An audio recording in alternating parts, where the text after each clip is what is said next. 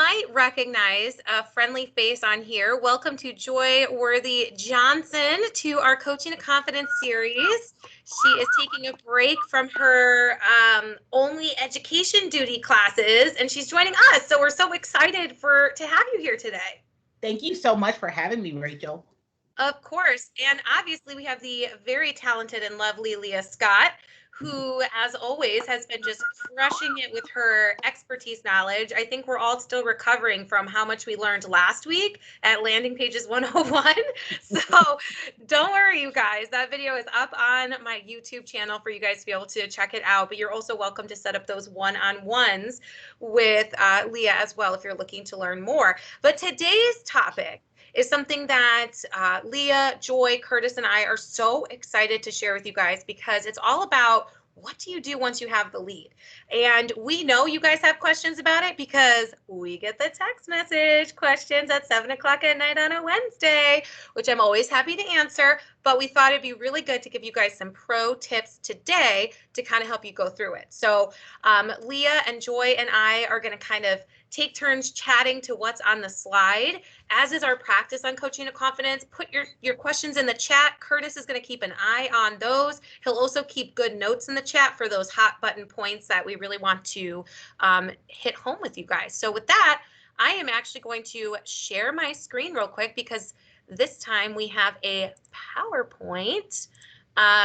Curtis, can you see my screen? He gave you a thumbs up. I can't see anybody when I'm on this.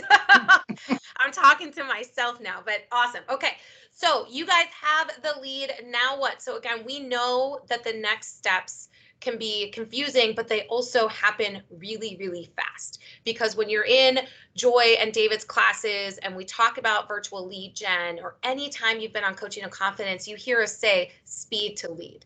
So we know that sometimes it can be, okay, you're asking me to make these calls. I've got someone that said yes, but now I'm not really sure what the next step is. So that's really what this training is about. We'd be remiss if we didn't start by talking about how those leads even say yes to begin with, which really is setting yourself up to prospect successfully so that you get that yes. So that's really the first step. And in that are going to be three things. And I'm excited to have Joy kind of talk about the scripts, and Leah and I are going to talk about the database. But these three things are so crucial for each of you to have when you go into, I'm going to prospect now. This is my hour to make calls. This is my hour to call FSBOs, expireds, or my sphere, whatever it is.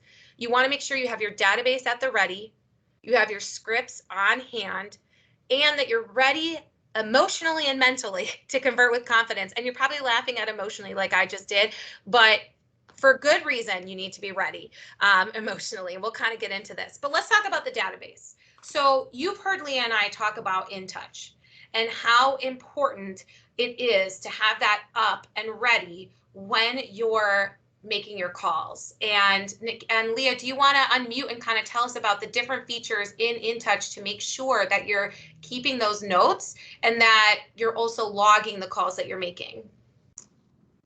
Yeah, I did create like a somewhat of a flow chart that I can refer to later at the end of the presentation. But it's very important to have that database already organized. So that's from assigning your contact status in your pipeline, assigning marketing campaigns, leaving notes, checking recently active contacts, and just really staying on top of that lead as it flows through your sales funnel. So I can share my screen later, Rachel, if you'd like to get into InTouch to elaborate a little bit more as well. Yeah, definitely. We'll do that in just a few minutes, but that's awesome. So you guys have heard me say this before, but honestly, calls without notes is basically time wasted, right? You want to make sure that you're logging those notes, that you're logging that you called that person, so you don't end up calling only the same 20 people, right? This is to help you guys know also, what did I talk to Leah about last month? So when I call her this month, I have a springboard to go off on. No one, it's like the nicest thing ever when you call someone and they feel like they remembered you, right? And they remembered what you talked about. Another big thing is turn your email notifications off on your phone when you're doing calls. This is so important because distractions honestly will derail you, and nothing is life and death in real estate. Nothing. It really isn't. If you don't get to somebody within an hour, it's going to be fine. So the hour that you have set aside for yourself to prospect needs to be an hour to prospect. Try not to let yourself get derailed, because I promise you 60 minutes is enough time, enough turnaround to get back to somebody. The other big thing that I learned the hard way, because I get distracted like a raccoon with shiny items, but you want to close your browsers on your laptop, but keep up InTouch, which is your CRM, because that's how you're going to log your calls. Keep up those scripts. That's so, so important. And Joy's going to talk to us about that in just a second. And then I also always have my calendar up, because if I've got someone live who says, yeah, I would love to meet with you to talk about listing my home, I don't want to be trying to find my calendar for a good time. I literally want it to be in that next tab so that I can schedule with them. Give everyone 3 options. Don't say what's good for you. Always say, how's Tuesday at 2 o'clock? I could also do Wednesday at 11 or Wednesday at 3. Because when you give people 3 options, they're going to be compelled to choose one, or if one doesn't work, they're going to ask another time. If you leave it open-ended, when works for you, someone's going to push you out and push you out and push you out. So always give somebody 3 options. And then make sure your devices are ready. You do not want to run out of battery for your phone in the middle of your prospecting. So I prospect in the office typically, and I actually keep my iPhone charger, which is plugged in now, literally next to me at all times, because I want to make sure that in the middle of a call, I'm not dying my phone or anything like that. So this is some stuff about scripting, and I'm actually going to be quiet now and let Joy unmute and kind of talk to us about scripting and some of the different classes to take with her and David to just feel more comfortable about that. So Joy, take it away. Perfect. So one of the things that I wanted to first address, when you said, Rachel, you have to prepare yourself emotionally to make the calls, and you laugh, but no, mindset is everything. And one of the things that I really teach in my class is I talk a lot about manifestation, having the right attitude, and having the right mindset. So if you, when it's time for you to make your calls, if you already have self-doubt or low confidence, or you don't think they're going to answer, or you hope they don't answer, then you're already setting yourself up for not a great experience making phone calls. So I just wanted to start by saying, when you're utilizing scripts, when you're prospecting, having that positive mindset that you're going to get the listing, or you're going to get a new client, you're going to get a new referral based off of just your mindset, then a lot of times that will happen. Now, talking about scripting. So I also tell my students sometimes in my class, I always tell them, you guys realize that every class I teach, it's a script, right? It's a script. Now I put my own special sauce on it, right? I put my Joy special sauce and I make it a little saucy, but I am utilizing a script. And the key to scripts is making it yours. Not only making it yours, but practicing. Before I teach a new class, I read the script over and over. Sometimes I even practice with another real estate sales instructor. Does that make sense? Do I sound scripted? Do I sound corny? Is this a good place to add this? We practice, and then I come on live and I deliver my script to you. And so one of the things when I talk to agents and I ask them, do they have an aversion to scripts? Some agents say, I don't like them.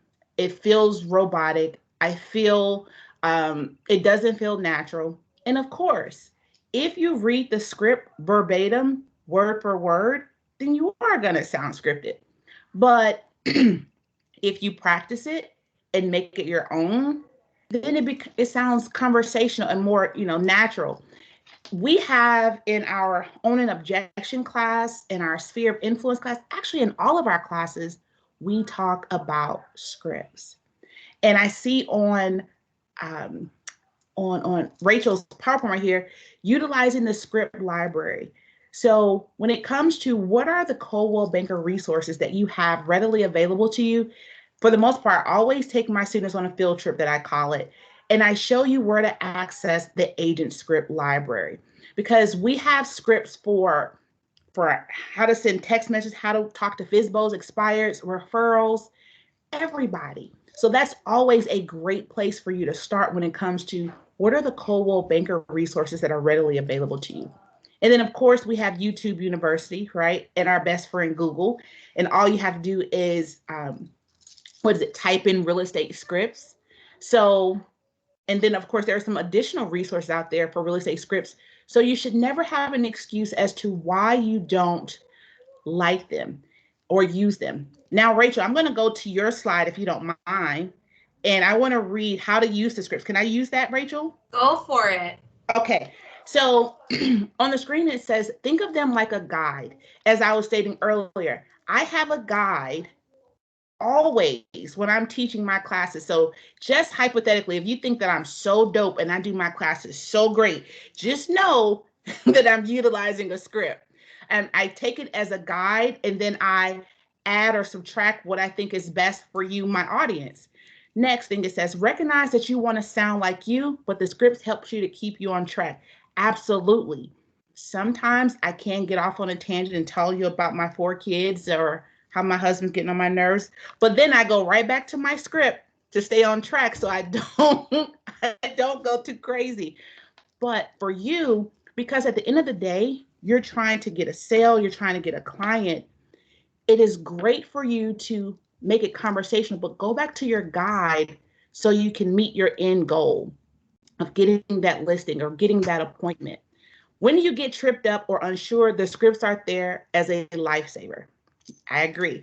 And then make additions or subtractions to the scripts to feel more like you, but also remember they are tried and true. I think I said that. I didn't even know you were going to say that. I just said add and subtract. And then the last thing I want to say is when it comes to practicing your scripts, sometimes I'll say, who do you practice with? And people will say, my pets. Okay, that's cool. But ideally, can your pet tell you if you sound crazy? Now, they can kind of look at you crazy, but you want to practice with someone that's going to tell you, how do you sound? Does it make sense? Can they relate? So ideally, when I talk about who you should practice scripting with first, it's another seasoned real estate agent or your managing broker. That's the first person. The second person would be a spouse that's not a yes spouse, right? That says, you sound great, you look great. No, we want the spouse that busts our bubble, like my husband. Or, and if you want to, and sometimes people say do their kids, 13 and older, the teenagers, they give it to us real, right? So when you're practicing scripts, my suggestion is 1, start with another seasoned real estate agent. 2, if you're going to do a spouse, the spouse is not the yes spouse. And if you're going to use a kid, do the teenagers, because they tell you the truth even when the truth hurts. And so that is my advice and my 2 cents on scripting, Rachel. Thank you so much, Joy. And you guys, she is right. And Curtis and myself and Nakia and now Drusy, who got announced on Monday, we are here for you guys to run scripts. We have scripts. Okay, it's no secret. I tell you guys all the time, we help strategically grow this company, which means we have to meet with agents. Our prospecting for agents is the same as you prospecting for clients, right? Just different people. And we have scripts that we follow as well. And I have never been a verbatim script reader. And I'll be honest, when I was selling, I was very averse to scripting. But I realize now how important it is. And I think about how much money I left on the table, frankly, when I was selling, because I didn't utilize the scripts in the right way. I didn't have the right mindset about it. So everything Joy just said is straight fire. And you guys, I hope to copious notes and start using those scripts. And the script library is great. So I encourage you guys to do that. I also discovered in my CB desk, on the left-hand side, if you click that marketing tab, there's also script libraries in there as well to understand Listing Concierge more, to call FSBOs. So there's also scripts there for you to leverage. We talked about this kind of a little bit as well, but that converting with confidence is so important. So it really does all start with your mood, right? If you start calls in a bad mood, nothing's going to happen. You have to set your mindset to win. You want people to pick up the phone. You want people to text you back and say, I'm so sorry, can you call me back in 5 minutes? You want to win. And if you don't start with that mindset, I promise you it's going to be an hour of your time wasted. Really, truly, truly. And I don't want that for any of you guys, because your time is your money and it is so precious. The other thing that I like to do is hedge my bets. So I usually kick off my hour of calls with one I know will be a great call. So somebody fun to talk to, maybe one of my cheerleaders. It's still going to be business. I'm still going to talk about real estate. I'm still going to ask for referrals, but I want to start out on that high because I'm going to keep coasting that because I'm going to get no's. Right? I'm going to get no. Statistics tells us we will get the no. That's just going to happen. But you need to move past those and not let that derail you. I cannot tell you how many times I've had like agents, right? Which means like I will see them out in existence. You guys will do deals with them and they just hang up on me or they're super rude to me. And I don't let that get me down because I'm on my calls. I know I'm here to win. And if you don't want to win, that's cool. Hang up on me, but I'm going to go to the next person that does. So that's the mindset that you guys have to have going in. The other thing I like to do is check out social media before I call someone because I might be able to connect about something that's happening in their lives. I don't scroll through the feed. I specifically go to their page. I look and see, does someone have a new dog? Somebody have a new job? Did something big and exciting happen? And I reference that in my call. Everyone feels good when they think that you're paying attention to them on social media. I mean, that's all social media is, right? Is likes and comments. And now I'm actually picking up the phone and commenting to you in person, right? About how great I saw something was or connecting with you on it. Remember also that you have something to say. Each and every one of you is a professional. Each and every one of you is running your own business, and every single person wants to talk about real estate. You just have to make sure that they know you're the person to talk to about it. So the other thing to do is, in addition to your 1 hour of prospecting per day, is also an hour of education per day. And part of that needs to be versing yourself on the market. What is happening in our marketplace? Because when someone asks you, you want to be able to articulate a response and not be fumbling for something. And then the last thing that I think is probably a no-brainer, but I do feel like it's so important to remember. If you say you're going to do something, do it, right? If someone says, yeah, Zach, actually, I would love for you to send me over CMA, do it and do it within 24 hours, right? If you promise to follow up on something, that's a great question. I'm actually going to check with my managing broker because I know that that's like a newer law that's come out and I'm curious about it as well. Follow up with me, follow up with Nakia and get back to that consumer. Because when someone asks you to do something, that is your first test, right? That is their first indicator of, are you going to be responsive? Are you going to be the person that can get me the things I need? And if so, then I will partner with you in real estate. So just kind of keep that. That's why it's important to put that in your calendar. And In Touch lets you set reminders for yourself as well. So those are some key things. So I wanted to touch base on this as we go into the now I have the lead, then what? Because I know how hard it is to sometimes force ourselves to do the prospecting every day. But you got to do it every day or you're not going to have business. People don't just fall out of the sky and into your lap. Maybe you get like 2 to 3 deals per year from that. And you'll probably be like, Rachel, people do fall out of the sky into my lap. What are you talking about? But I promise you, it's like less than 5 every year. You have to work for the other ones. And I don't know a single person on this call who wants to rest at 5 deals a year. So make sure you guys get into that. So now we're going to get to work, right? Those calls paid off. You have someone looking to work with you. Now what? So we're going to go through, I have a potential buyer, I have a potential seller, and I have a potential renter, right? And I'm going to be really candid with you guys. The potential renter is going to be super similar to potential buyers. So I might have just copied and pasted a few things, but we're still going to get through this. I promise you, it's going to be great. So this is kind of your buyer prep, right? In 3 steps. Now we all know that there's sub steps in this. Don't get me wrong, okay? But if we look at it in broad strokes, they've said yes to meeting with you to discuss the possibility. That first step is to set up a buyer consultation. And we're going to break these steps down, don't worry. But that is to get that buyer consultation. I cannot stress to you guys enough. We are still in the middle of a pandemic, and realtor safety still needs to be top of mind for each and every one of you. Not just health, that's important too, but also safety. And I have made the mistake one too many times of just meeting a stranger at a vacant house at 10 o'clock, not 10 o'clock at night, 7 o'clock at night in the middle of winter when it's pitch dark outside. That's not safe. So having that buyer consultation accomplishes the health and safety part of it, but it also gives you the opportunity to showcase your value, to instill that loyalty and trust from the get-go. So 3 months down the line, 42 property showings later, they don't say, actually, I found something else with another realtor, so I'm going to use them. That buyer consultation is everything.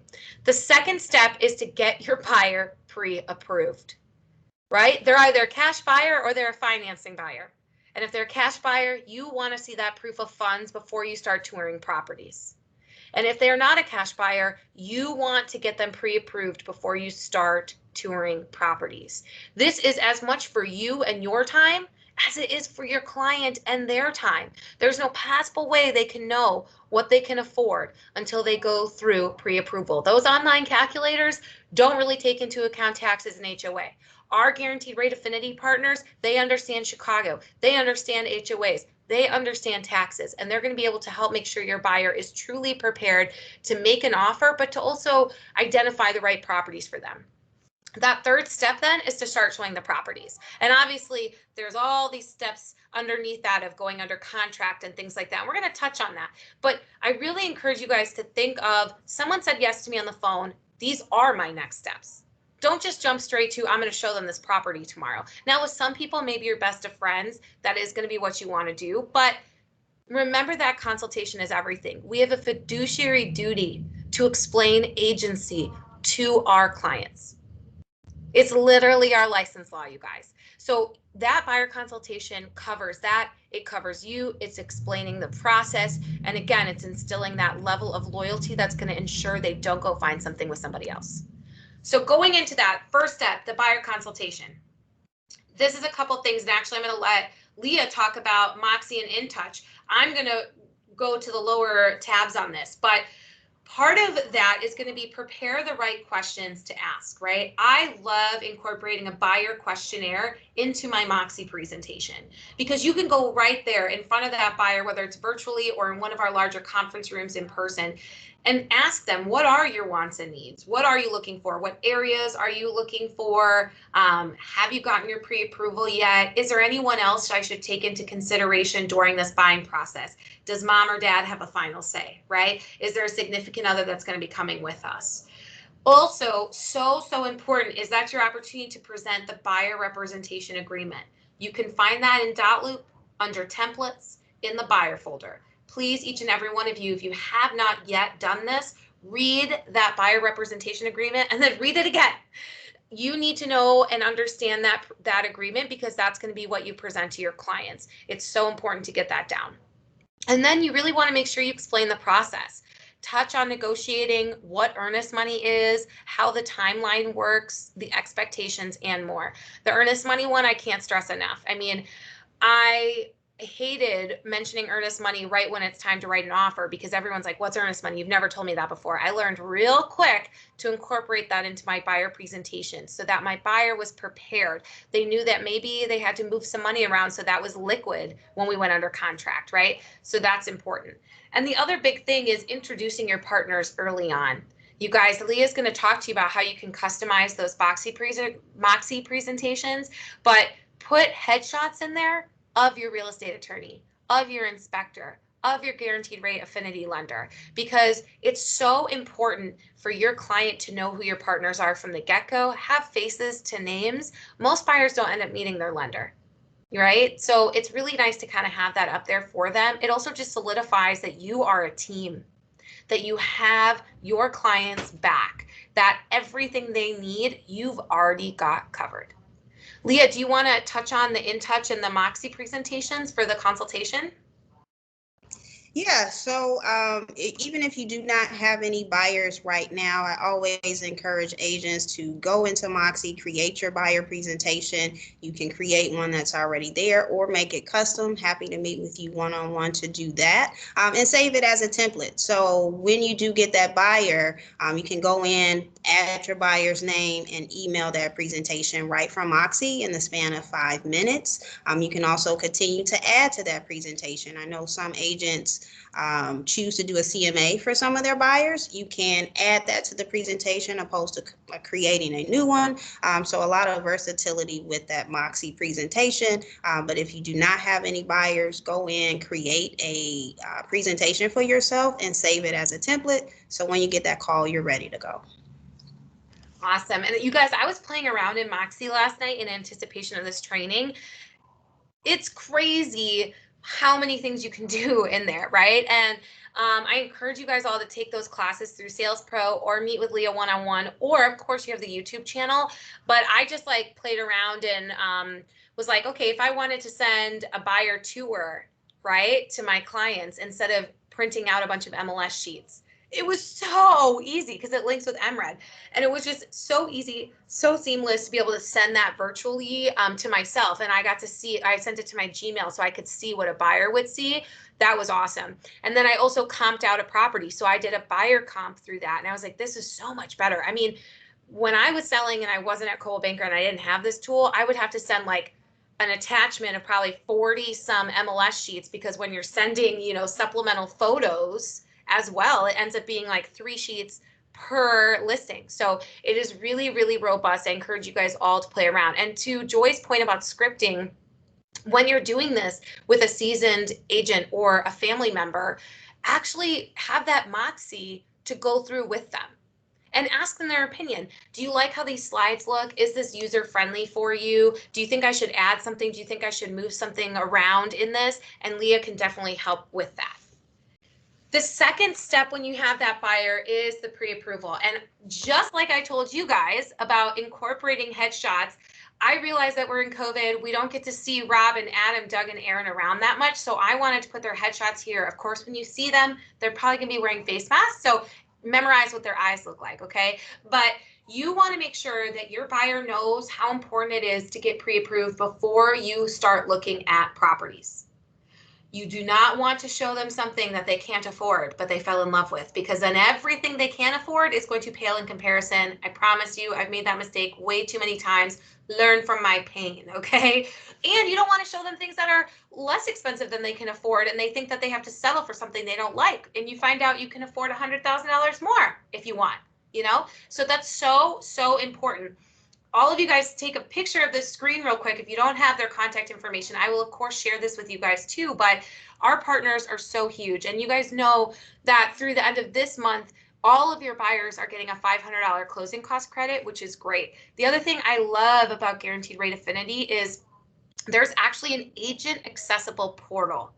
You guys can go in and download marketing materials for your open houses that you're hosting open with rate sheets, all for free. You can do co-branding in there, all for free. So definitely link up with Doug, Adam, Robin, or Aaron, or all of the above if you want to meet and see who you're going to jive with the most. But it's so important to work this into that Moxie presentation and conversation. So the third step is touring the properties. And we know that there's kind of a lot that goes into touring a property, right? So you want to set up that search in the MLS. If you guys haven't taken the MLS classes, please sign up. They're free, they're accessible. We've got InfoSparks coming to you guys on the 23rd. That's actually Nakia is going to lead that one for us. So InfoSparks is huge, right? That's how we get those stats. That's how we talk to our clients about what's happening in the market. But that MLS search is going to be important. Also, a HomeSnap search would be great too. I know we've got Zach on here who loves HomeSnap, and I do as well. It's definitely a user-friendly app. Your clients are going to feel similar to scrolling through Redfin or Zillow, except they're linked to you only, which is awesome. Then you're going to request those showings. So I know I have a lot of you guys who are requesting some of your first showings. When you're in MLS and your client wants to see 123 Main Street, you're going to scroll all the way down to that in that listing page to where it says broker remarks and the co-op fee. Right below that, it's how to request a showing. Some agents want you to call them, some want you to text them.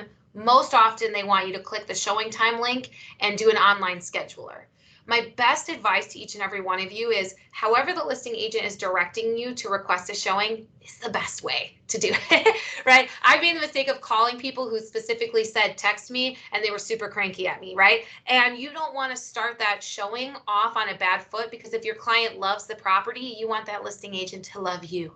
So be respectful of what those showing instructions are and make sure that you're really looking at that and doing it the right way. And also, we're in a really tight market. Inventory is super, super low. So a lot of agents are asking you to group showings, right? They're being COVID safe, having you stand outside, but really read. Some will say no showings until open house this weekend, or no showings after 6 o'clock. So just pay attention to those. Then you're going to go and you're going to tour the property. I always talk with my clients that your job when we tour properties is to imagine yourself living there. Think about where your couch is going to fit. Think about yourself cooking in that kitchen. My job when we tour properties is to really analyze the property, look and see the ages of the appliances, the water tank, the furnace. It's to see, are there any crazy cracks in the wall? I'm not an inspector, so I'm not going to comment on what those might be. But if you love that place, I'm going to point those out to the inspector and ask them to verify what those are.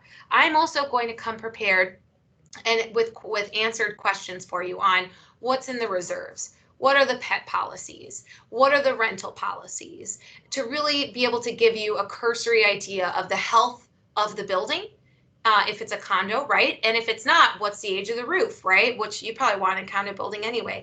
But if you are pretty confident your client is going to love that listing, try to get those questions answered before you go to the showing. That way, it can be kind of a one-stop shop and you have all that information for them and available. Then you might need to comp out the property. So if your client says, you know what, Curtis, 123 Main Street, Unit 2, that's the one for me. That's my future home. Then you're going to comp out the property. And that's where Moxie is like your best friend. Moxie combines with the MLS. So if you created your buyer template, just like Leah was talking about, now you just add on to that template the MLS search. You put the listing in as the subject property, and you pull the comps, either from the MLS that you copy paste the MLS code, or it connects to MRED in Moxie. You just do it right in there, and you send that to your buyer and to highlight, this is the price I think we should come in at. Then of course you're going to write the offer. That's a whole separate class. And then you're going to go under contract. So when you think about, I've got my buyer, we've had our consultation, they've signed my buyer rep agreement, I've hooked them up with my guaranteed rate affinity lender. They're ready to go. I know they're pre-approved for $450,000. I'm going to set them an MLS search that goes up to $450,000 with the criteria they've let me know that they're looking for in the areas that they want to look in. And then I'm going to go from there requesting the showings, touring the properties, and getting to that comp out section, right? So those are kind of your next steps. So I hope that when you're making those prospecting calls and someone says, yeah, Zach, I'd love to meet with you, that you know confidently that this is your time frame, this is your next steps for that. Someone have a question? And make sure you guys mute yourselves. Curtis, could you do that for me, please? Thank you. Okay, so now I've made all my calls, right? And somebody actually is a seller and says, congratulations. Yeah, I'd love to meet with you. I'm so happy you're here. You're in real estate now. We've actually been seeing what's happening in the market, and we think we might want to sell our property. So let's meet. These are your first 3 steps, and we're going to break them down just like we did before, right? But your first step is you've got to get that listing appointment set. Whether it's virtual or in person, set that listing appointment. That's why it's so key to have your calendar open and at the ready when you're making your prospecting calls. The second step is to secure that listing, which means process those paperwork and get the marketing going. And then this third step is to go live on the MLS, show the property, and of course, sell it for the most amount of money in the least amount of time. So kind of think of it as these big, broad rocks, right? These are your big rocks for the seller, and then we're going to break it down on the different things to do in that. So that first step, you've got the listing appointment, right? And I'm going to let Leah touch on InTouch and Moxie specifically for sellers and all the things you can do on that.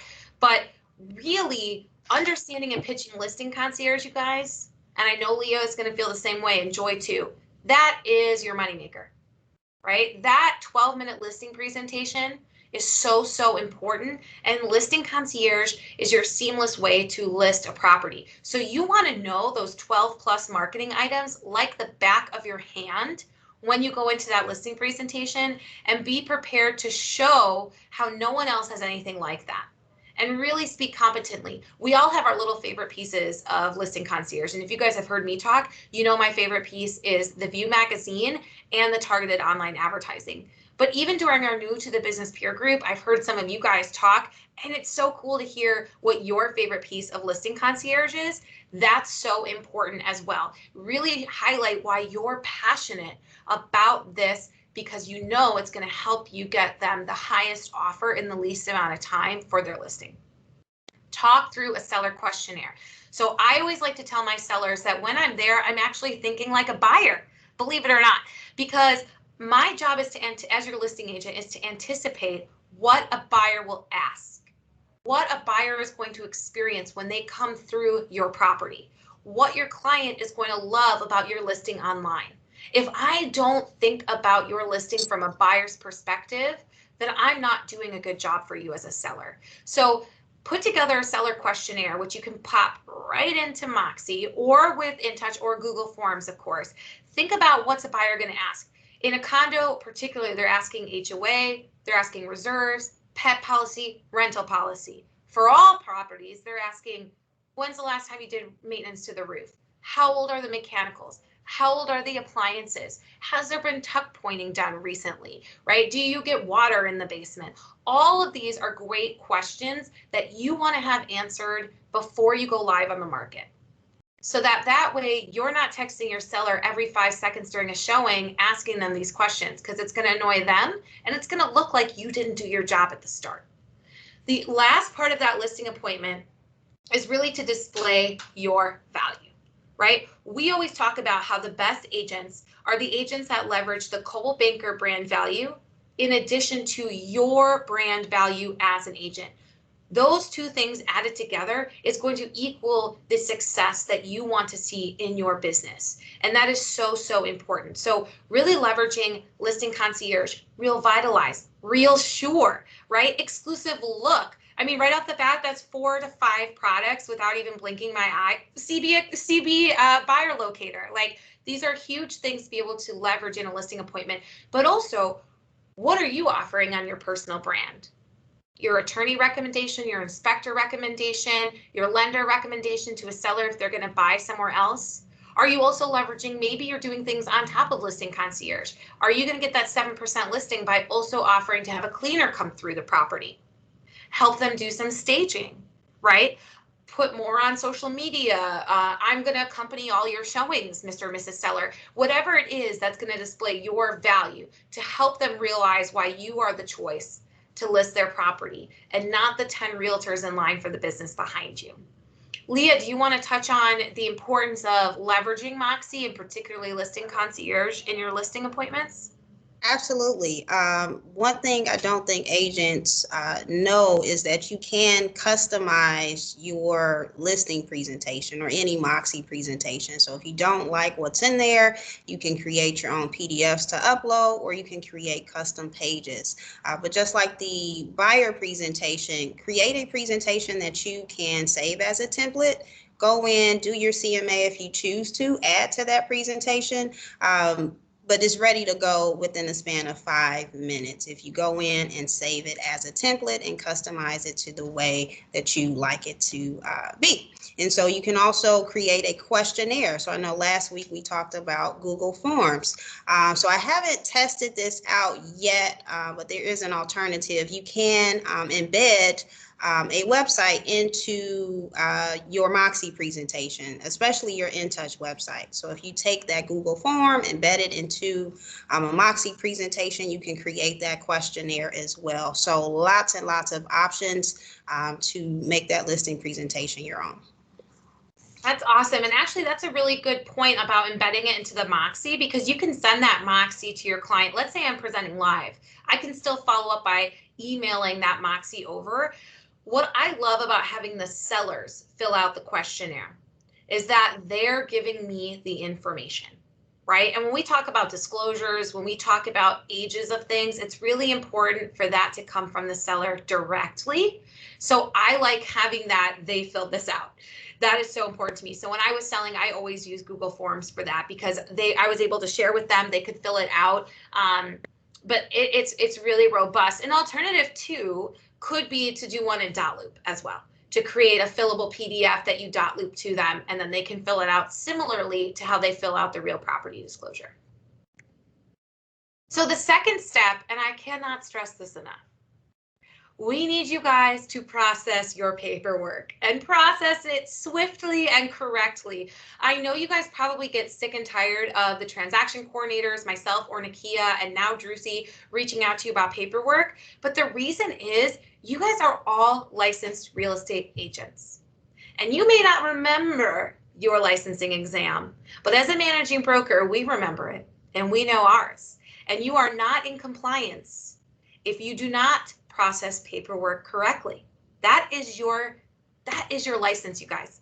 And I don't want to see any of our agents lose their license or get heavily fined because of paperwork, which to me, I actually love paperwork, which I know you guys are all like, ugh, Rachel, that's the worst. But seriously, I love it. It's so nice to be so organized, but you have to do it. This is your license. This is your business. You would never run a coffee shop or a restaurant not having your paperwork in order, right? So think about that. So dot-loop is where you're going to need to go to make the signing easier for that listing agreement.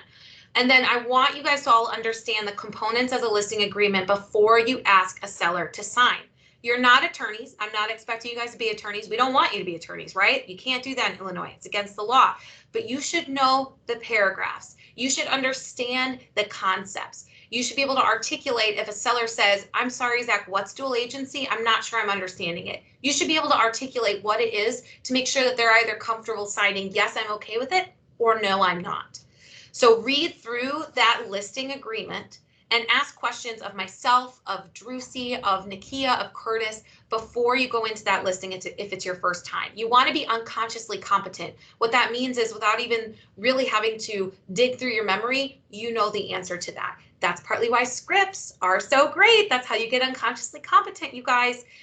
Complete that My Deals cover sheet for the new listing and submit the paperwork at the same time. Your My Deals is your cover sheet. That is basically our gospel for your listing, okay? And if your paperwork is not signed by the managing broker, which is Nakia right now, and Drucy is going to take over signing shortly, it's not an executed agreement. You cannot put anything in the MLS if you don't have that fully signed. So that's why this is so important for all of you guys to do. Then you're going to order your listing concierge and start getting your marketing together, right? Get those photos scheduled, approve the collateral from your concierge. It's called concierge for a reason. They're designing the collateral. They're dragging and dropping the photos. You do have to write your own copy, your own remarks, and you should. It's your listing. You're the one who saw it, not them. So you do have to do that, but you want to make sure you approve the collateral and go through there. And then if you're choosing to pre-market a listing, remember that you have to get the PLN and the MRED exemption form signed if you want to do any pre-marketing, okay? And then leverage exclusive look. And actually, Leah, if you want to touch on the importance of exclusive look, especially in this crazy tight market, I would love you to chime in on your thoughts about that. Sure. I consider exclusive look as the first step of listing your listing before it gets to the MLS. So if you utilize CB exclusive, very similar to the PLN on the MLS, that's your first step. So that allows your brokerage, which is all Chicagoland offices, to be notified about that listing. Once you are ready to place it on the MLS, you can go back into exclusive look and archive or unarchive to a new sneak peek. So that allows your listing to be sent out to all Coldwell Banker agents one business day before it goes live on the MLS. Then it goes on the MLS, and if you're with Listing Concierge, all of that marketing is done for you end to end. So exclusive look should be the first place that you start your listing process. Exclusive look is also really great for your buyers, and I was remiss to not put it on there, but exclusive look has a wants and needs section. So if you have a buyer, Zach, you mentioned you've got a buyer it's hard to find some inventory. Putting what they're looking for in the wants and needs section is great. That gets emailed out to your colleagues every Friday, I think, Leah. And they'll be able to then say, oh, so-and-so is looking for this. That's great. I've got a listing coming on. You love to do deals with your fellow CB agents. Everybody does. In-house deals are the best. So definitely leverage that if you're experiencing tight inventory. So then the third step, right, is to go live and sell the listing. One of the most important things to do is set expectations with your seller early on. Are you using a lockbox? Are you accompanying showings? right? What are the expectations of people coming through the home? Right now we're in COVID. Make sure your seller knows what you're going to do to make sure that they and their property are safe during these times. These are really, really important things to start on the onset. Remember, I would argue 95% of sellers cancel listings with agents because they don't like their communication. They feel like there is no communication. So that is my best advice from you guys, to really set those expectations and be communicative. Get an open house going, right? If you've not run an open house before, or even if you have and you're just like, I'm not picking up any leads from these, Rachel, it's a waste of my time, take the virtual lead gen open houses class with either Joy or David. And I actually think there's an evening class this month with it. Such an important class to really learn how to leverage an open house, how to market yourself, and how to pick up leads during that. Prepare those materials and market through social media and MRED. Leah and I and Curtis, we did our open house one, I feel like last month. So that is up on the YouTube channel if you guys want a refresher on that. And we did talk about the different materials to bring. Also, plan a broker tour, right? Especially if it's a higher end listing. Hosting a private open house for brokers only, a broker tour, is a really powerful way to gauge what other agents think about the price of your listing and the marketing of your listing. I also always suggest you partner with one of your lenders with Guaranteed Rate Affinity to host these. They love to do that stuff with you guys. So they'll co-brand, they'll be there with you, they'll hang out, and it's just really nice to have that partner with you as you're hosting those. And then really leverage Listing Concierge. And Leah, do you want to talk about like how we can leverage HomeSpotter Boost, you know, using the virtual view? And I love those YouTube clips from the TV show. I mean, I think that those are a gold mine. Yes, so if you're using Listing Concierge, you do get a HomeSpotter Boost ad for 1 week. And if you choose to opt out of the brochures of your order, that adds an additional web and social media advertising. But that's just the start. It really is important to engage those leads who have already expressed interest into that property. So I really encourage agents when I work with them to export those leads out of HomeSpotter Boost and import them into InTouch, set them up on a marketing campaign or create a custom marketing campaign so you can set it and forget it and have that already working for you. So HomeSpotter Boost is a huge plus to your marketing for your listing. You have just sold, price reduced, open house, lots of options with that ad, and all Coldwell Banker agents receive a discounted rate. So if you choose not to do Listing Concierge, you can do a la carte, go right in your dashboard and create a listing ad. So it's a huge leverage to get that wide exposure on the web and social media. Awesome. Thank you so much. And that virtual view edition, you guys, is also a great touch point when you're prospecting to email it over. I'm sorry. Yes, the virtual view. Yes. I'm sorry, I didn't mention that. Yes, it's a huge plus because you can also send that page that your listing is on, share that on social media, share that with your clients. So it's just an extra plus all around. Awesome. Thank you, Leah. All right, you guys, the renter prep, right? So renters become buyers. I love, love, love, love renters. And since a lot of you guys are newer agents, you're probably going to find yourselves working with a lot of them. So it very, very similar to a buyer presentation, you guys. First step is the renter consultation. I'll be honest, it doesn't have to be as intense necessarily as a buyer because, right, they're not necessarily looking for a lender. They don't need to hear about attorneys yet, but you do want to set the expectation on what the rental process is going to be like. Help make sure that they know they're going to have credit run. Is it in a good range? I need to know at least what you think what you might be around because some listings might have a minimum credit score accepted.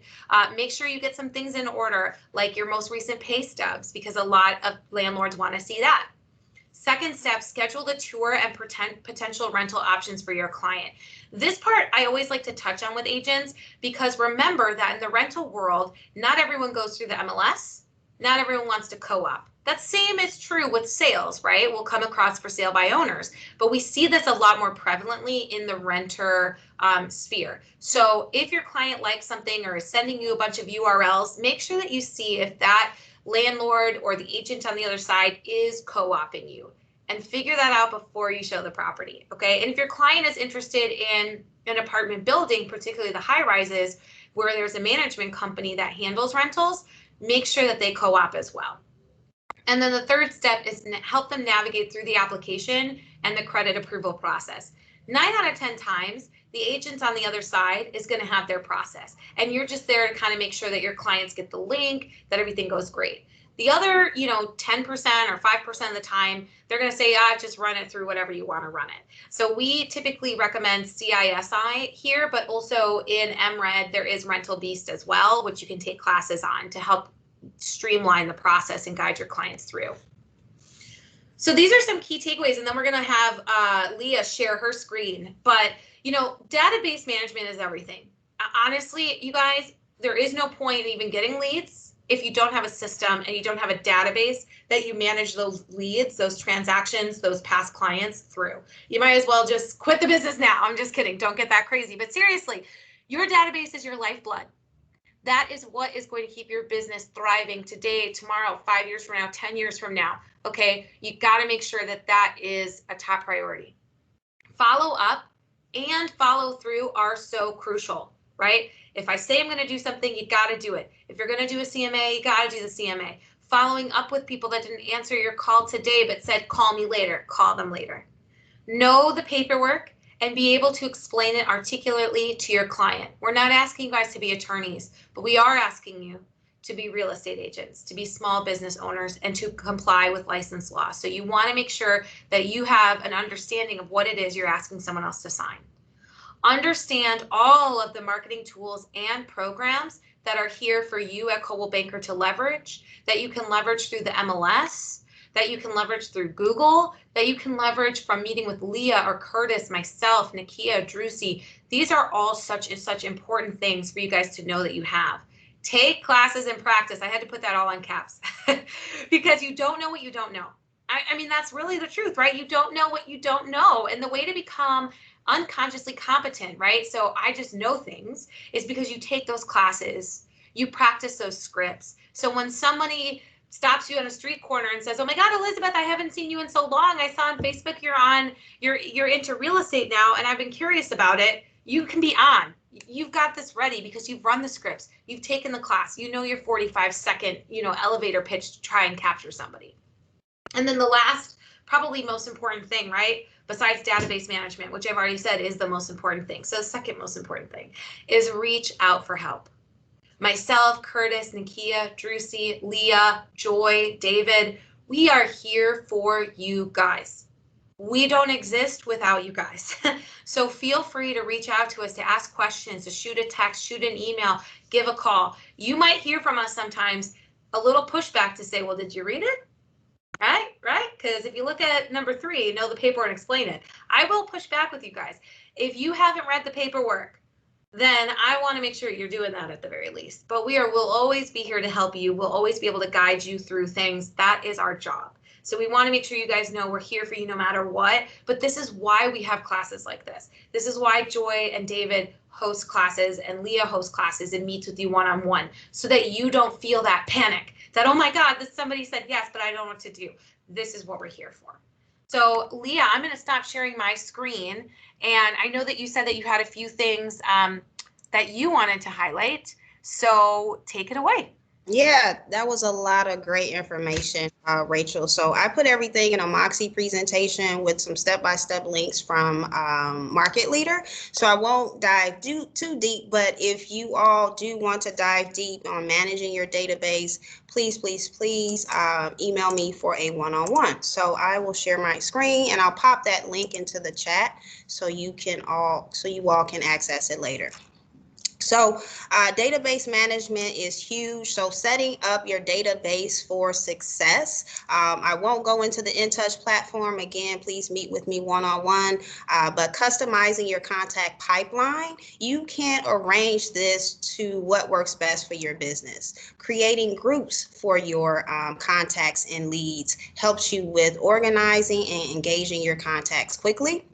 Email quick text option. These are pre-built messages, so you can create those scripts that Joy mentioned earlier into this system, so you can follow up with your contacts quickly. And you now can text your leads from the Market Leader app, so you can set up pre-built text messages as well. So if you're out in the field, you can follow up with your leads. And then next, you want to assign those contacts to marketing campaigns. So any contact that you assign to a group will automatically start receiving those campaigns. So you eliminated 2 steps in just 1 click. So add them to a group, they automatically start receiving the campaigns that you set up. And then next, once you assign them to your campaigns, you want to review your recently active contacts. So you can do that right from your dashboard and follow up with those contacts very quickly, and also match that content that they are surfing your website or entering or opening some of your marketing campaigns. And so you have the option to use the follow-up wizard. This allows you to follow up with your leads very quickly, very similar to the email quick text options, but you can set this up as a template as well. So again, meet with me one-on-one if you are looking to do that. Next, you want to review your contact timeline details. This lets you know what your contact is interested in, what they've opened, what you sent to them, etc.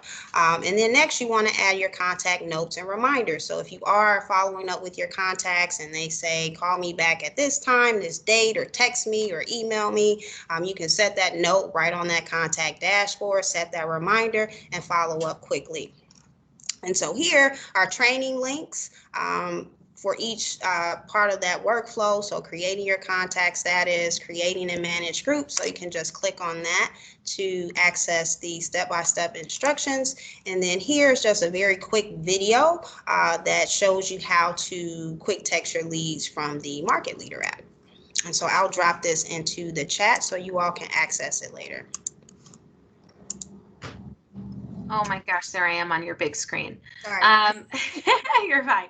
So you guys, thank you so much for attending today. We are like, I'm so proud of us. We are ending like right at 3 o'clock, and we didn't even practice this, which is not good because that's what scripts are for. But we still rock it out because Leah and I are like, we're on the same level over here, you know.